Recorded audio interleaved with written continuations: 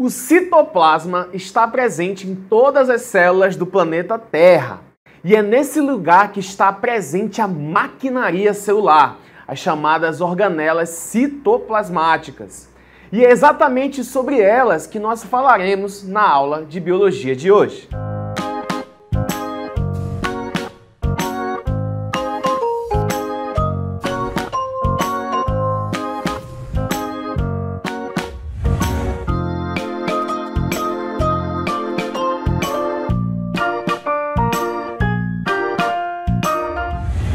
E aí, senhores? Eu me chamo Rodrigo, sou um dos professores de Biologia aqui da Fundação Matias Maquirini e hoje nós estamos na nossa 11ª aula de Biologia e estaremos falando sobre uma das partes mais essenciais da nossa célula, que são as organelas citoplasmáticas e as suas funções.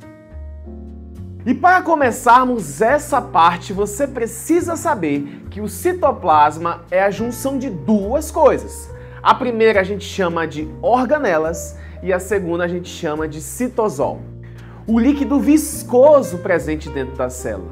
As duas coisas juntas nós damos o nome de citoplasma.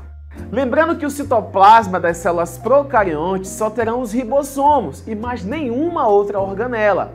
E por falar em ribossomos, a nossa primeira organela se chama ribossomo e eles não possuem uma membrana lipoproteica como a membrana plasmática, por exemplo. E a sua função é fazer a fabricação de proteínas, ou seja, a síntese proteica. Já a nossa segunda organela se chama retículo endoplasmático rugoso ou granuloso. Essas organelas ficam na parte do núcleo e possuem uma espécie de conjunto de bolsas granulosas com muitos ribossomos aderidos nela. E logicamente, se ele possui ribossomos, se essa organela possui ribossomos, também terá a função de síntese de proteínas. Aí você se pergunta, mas e aí o ribossomo serve para quê, já que está aí dentro também? Sim, eles têm a mesma função basicamente, só que tem uma diferença. Os ribossomos farão proteínas para o uso interno da célula, enquanto que os ribossomos que estão no retículo rugoso ou granuloso geralmente fabricam proteínas que serão mandadas para fora da célula.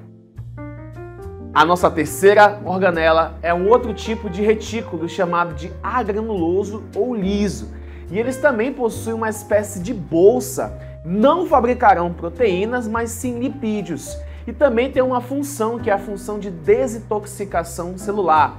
Então tudo aquilo que é tóxico para a célula, tudo aquilo que não presta para a célula, vai ser desintoxicado no retículo liso. A nossa quarta organela se chama complexo golgiense ou complexo de Golgi.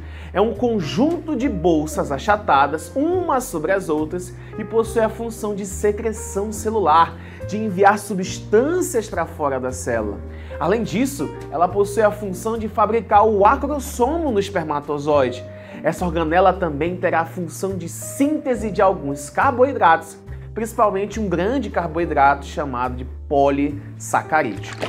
A nossa quinta organela se chama lisossomos, que é uma espécie de bolsa também, cheio de enzimas dentro dela. E essa organela tem a função de digestão intracelular. Se digere algo de fora da célula, nós temos a heterofagia. E se digere algo que está dentro da célula, nós chamamos de autofagia. Nossa sexta organela se chama peroxissomos. E os peroxissomos, eles possuem uma enzima dentro deles chamada de catalase.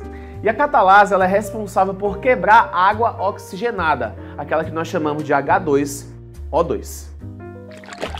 A nossa sétima organela se chama mitocôndria e ela é uma das organelas principais da nossa célula.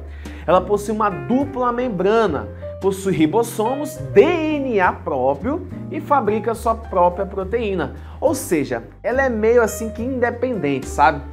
E a sua grande função se chama respiração celular, que inclusive é o assunto da nossa próxima aula. A nossa oitava organela se chama cloroplasto e você encontrará essa organela apenas em células vegetais e algas. Possuem DNA próprio, ribossomos próprios e membrana dupla. Dentro deles existem pigmentos que nós damos o nome de clorofila, que fazem uma função muito especial nas plantas, que é a fotossíntese. Já a nossa nona organela se chama centríolos e são formados por microtúbulos. Estão presentes na divisão celular, formando ali o que nós chamamos de fibras do fuso, formação de cílios e formação de flagelos.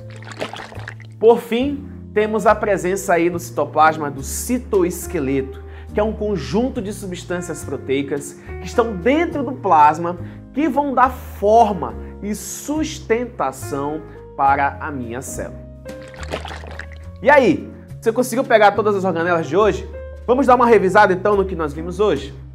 Vimos, portanto, sobre as organelas presentes nas células eucarióticas. Vimos que elas têm uma função específica, cada uma delas tem uma função e uma importância para a minha célula e para a minha sobrevivência. Bem, a gente vai ficando por aqui e até a nossa próxima aula e a última aula de biologia. Fui!